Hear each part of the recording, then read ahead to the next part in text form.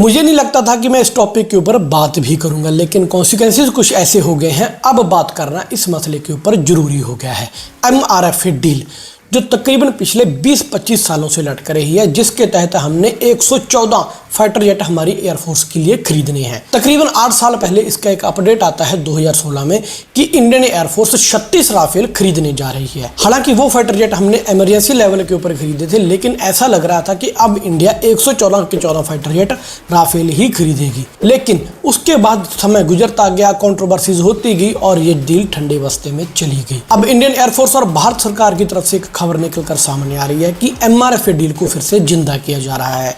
पहले एयरफोर्स जैसे कुछ स्पेसिफिक विमानों को टारगेट कर रही थी इस डील के लिए, लेकिन अब जो ये डील होगी ये ओपन टेंडर बेस्ड होगी। कोई भी देश अपना फाइटर एयरक्राफ्ट इंडिया के पास लेकर आएगा, अगर वो एयरक्राफ्ट इंडियन एयरफोर्स की जो रिक्वायरमेंट्स है उनको फुलफिल करता होगा तो उसकी डील इंडियन एयरफोर्स साइन कर देगी। लेकिन यहीं पर पैदा होती है सबसे बड़ी दिक्कत। कोई भी देश ये नहीं चाहता कि उसके पास टाइप्स ऑफ फाइटर जेट ज्यादा हो, क्योंकि जितने ज्यादा अलग अलग तरह के फाइटर जेट्स होंगे उतनी ही उसकी मेंटेनेंस कॉस्ट ज्यादा आएगी, उसकी लॉजिस्टिक सपोर्ट में भी दिक्कत आएगी ही आएगी। तो ऐसे में एक सोल्यूशन निकाला गया कि हम राफेल पहले जो खरीद चुके हैं 114 फाइटर जेट राफेल ही खरीदें।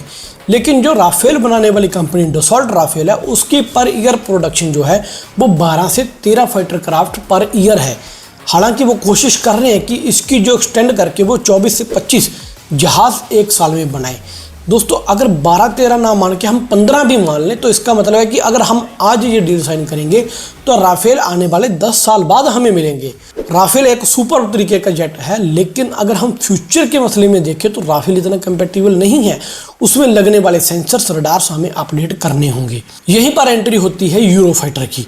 यूरोफाइटर हमारी एयरफोर्स कंसीडर कर रही है, लेकिन वही दिक्कत कि हमारे टाइप्स ऑफ फाइटर जेट, एक तरफ हम तेजस MKI, MK2, Su-30, दूसरी तरफ अपना राफेल और अब ये यूरोफाइटर है।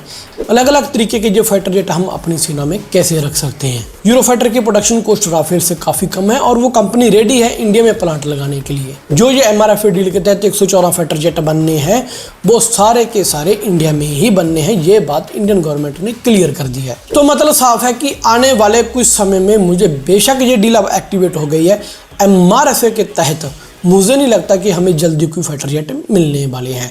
इसी के बीच तेजस का, जैसे मैंने आपको जिक्र किया, अमेरिकन कंपनी जनरल इलेक्ट्रॉनिक्स ने कैसे अपने तेजस इंजन डिले किए, इस बात का जिक्र मैं हर वीडियो में करता हूं।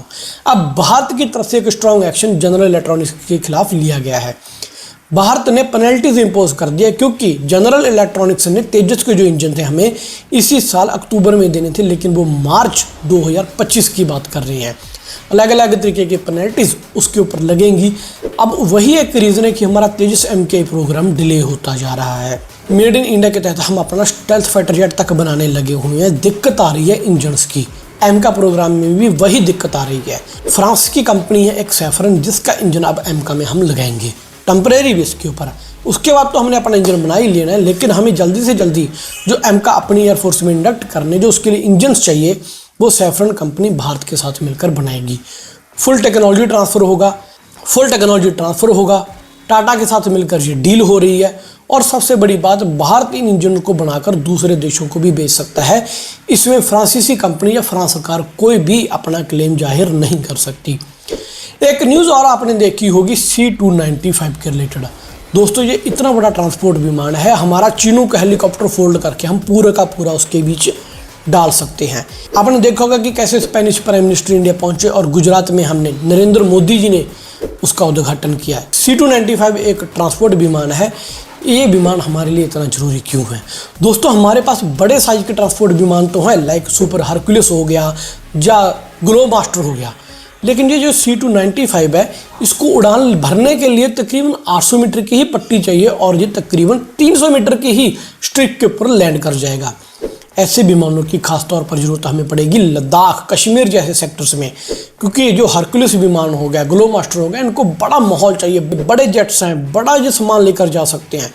C-2 जो अपना जो ग्लोबमास्टर है उसका साइज यहाँ तक कंपैरिजन कर लीजिए आप कि हम 135 पैराट्रूपर उसमें लेकर जा सकते हैं, जबकि C-295 एक छोटे तरीके का ट्रांसपोर्ट विमान है। इसमें हम 70 पैराट्रूपर साथ लेकर जा सकते हैं। नॉर्मल सैनिकों की बात करें वो तो 90 90-95 के आसपास जा ही सकते हैं। पैराट्रूपर इसलिए कम क्योंकि उनके पास तामझाम ज़्यादा होगा, उनके पास डबल पैराशूट्स होते हैं, वेपनरी सिस्टम ज़्यादा होता है। तो C295 का अब प्रोडक्शन हब बनने जा रहा है भारत। खैर जो ये सारी डेवलपमेंट्स आ रही हैं, आपके सबके बारे में क्या कहना है? भारत कैसे अपनी एयर पावर को टाइम टू टाइम इंक्रीज करता जा रहा है?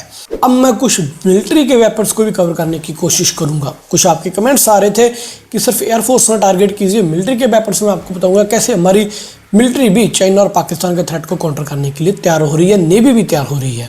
मिलेंगे नई वीडियो के साथ, और हाँ please don't forget to like share subscribe our channel. जय हिंद।